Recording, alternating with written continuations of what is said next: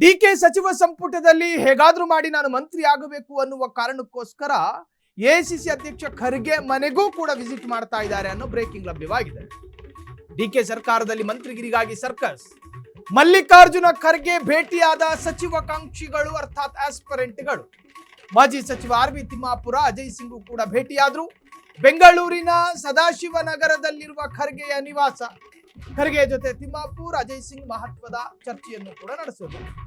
ಮಲ್ಲಿಕಾರ್ಜುನ್ ಖರ್ಗೆ ದೆಹಲಿ ನಿವಾಸಕ್ಕೆ ಹೋಗಲಿಲ್ವೇನು, ಸದಾಶಿವನಗರದಲ್ಲೇ ಇದ್ದಾರೆ ಏನು, ಅದನ್ನು ತಿಳ್ಕೊಂಡಿದ್ದು ತಿಮ್ಮಾಪುರ ಕೂತು ಜಾಗದಿಂದ ಕೊಡುಕೊಂಡು ಎದ್ದು ಬಂದು ಈಗ ನಿವಾಸದಲ್ಲಿ ಚರ್ಚೆ ಮಾಡ್ತಿದ್ದಾರೆ.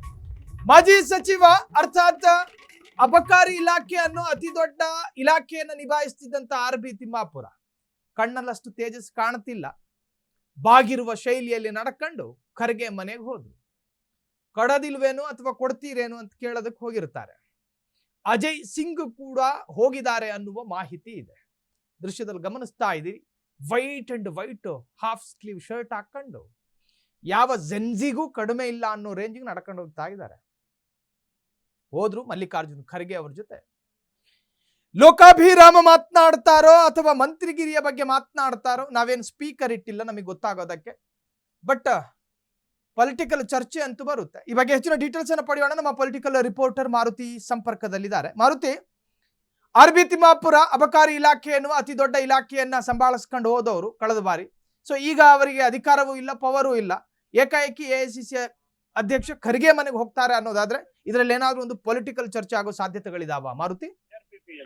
ಸಾಯಿಲ್, ಈಗಾಗಲೇ ಸಾಕಷ್ಟು ಜನ ಕೂಡ ಮಲ್ಲಿಕಾರ್ಜುನ್ ಖರ್ಗೆ ಅವ್ರನ್ನ ಭೇಟಿ ಆಗ್ತಿದ್ದಾರೆ. ಅಂದ್ರೆ ಈ ಹಿಂದೆ ಸಚಿವರಾಗಿ ಈಗ ಮಾಜಿ ಆಗಿರುವಂತರೆಲ್ಲರೂ ಕೂಡ ಮಲ್ಲಿಕಾರ್ಜುನ್ ಖರ್ಗೆಯನ್ನ ಭೇಟಿಯಾಗಿ ಸಾಕಷ್ಟು ವಿಚಾರಗಳ ಬಗ್ಗೆ ಚರ್ಚೆ ಆಗ್ತಿರುವಂತದ್ದು. ಪ್ರಮುಖವಾಗಿ ಸಚಿವ ಸ್ಥಾನದ ಆಕಾಂಕ್ಷಿಗಳಾಗಿರುವಂತಹ ಸಾಕಷ್ಟು ಹಿರಿಯ ನಾಯಕರು ಕೂಡ ಭೇಟಿ ಆಗ್ತಾರೆ. ಅದೇ ಸಾಲಿನಲ್ಲಿ ಕೂಡ ಆರ್.ಬಿ. ತಿಮ್ಮಾಪುರ ಅವರು ಕೂಡ ಬರ್ತಾರೆ. ಯಾಕೆಂದ್ರೆ ಅವರು ಈ ಹಿಂದೆ ಅಬಕಾರಿ ಸಚಿವರಾಗಿ ಕೆಲಸ ಕೂಡ ಮಾಡಿದ್ರು. ಈ ಬಾರಿಯೂ ಕೂಡ ಸಚಿವ ಸ್ಥಾನ ಸಿಗುತ್ತೆ ಎಂಬ ನಿರೀಕ್ಷೆಯಲ್ಲಿ ಕೂಡ ಅವರು ಇದ್ರು. ಆದ್ರೆ ಎಲ್ಲ ಒಂದ್ ಕಡೆ ಮೊದಲ ಹಂತದಲ್ಲಿ ಏನು ಪಟ್ಟಿ ಬಿಡುಗಡೆ ಆಗುತ್ತೆ, ಸಚಿವರು ಪ್ರಮಾಣ ವಚನ ಸ್ವೀಕಾರ ಮಾಡ್ತಾರೆ, ಆ ಸಂದರ್ಭದಲ್ಲಿ ಅವ್ರ ಹೆಸರು ಎಲ್ಲೂ ಕೂಡ ಬರ್ಲಿಲ್ಲ. ಅದರಿಂದಾಗಿ ಈ ಬಾರಿ ಆದ್ರೂ ಕೂಡ ಇನ್ನು ಎರಡನೇ ಪಟ್ಟಿ ಬಿಡುಗಡೆ ಆಗುವ ಸಂದರ್ಭದಲ್ಲಿ ಆದ್ರೂ ಕೂಡ ನಮ್ಮ ಹೆಸರು ಇರ್ಲಿ ಎಂಬ ನಿರೀಕ್ಷೆಯಲ್ಲಿರುವಂತಹ ಆರ್.ಬಿ. ತಿಮ್ಮಾಪುರ್ ಇವತ್ತು ಎಐಸಿಸಿ ಅಧ್ಯಕ್ಷರಾದಂತಹ ಮಲ್ಲಿಕಾರ್ಜುನ್ ಖರ್ಗೆ ಅವ್ರನ್ನ ಭೇಟಿಯಾಗಿ ಈ ವಿಚಾರ ಬಗ್ಗೆ ಚರ್ಚೆ ಮಾಡಿರುವ ಸಾಧ್ಯತೆ ಇರುತ್ತದೆ. ಯಾಕೆಂದ್ರೆ ಪ್ರಮುಖವಾಗಿ ಎಲ್ಲರೂ ಕೂಡ ಈಗಿರುವಂತಹ ಲೆಕ್ಕಾಚಾರಗಳಾಗ್ತಾ ಇರುವಂತದ್ದು ಸಚಿವ ಸ್ಥಾನ ಆಗ್ಲಿ ಅನ್ನೋದು ಮಾತ್ರನೇ ಲೆಕ್ಕಾಚಾರ ಆಗ್ತಾ ಇರುವಂತದ್ದು. ಥ್ಯಾಂಕ್ ಯು ಮಾರುತಿ ತಮ್ಮೆಲ್ಲ ಡೀಟೇಲ್ಸ್.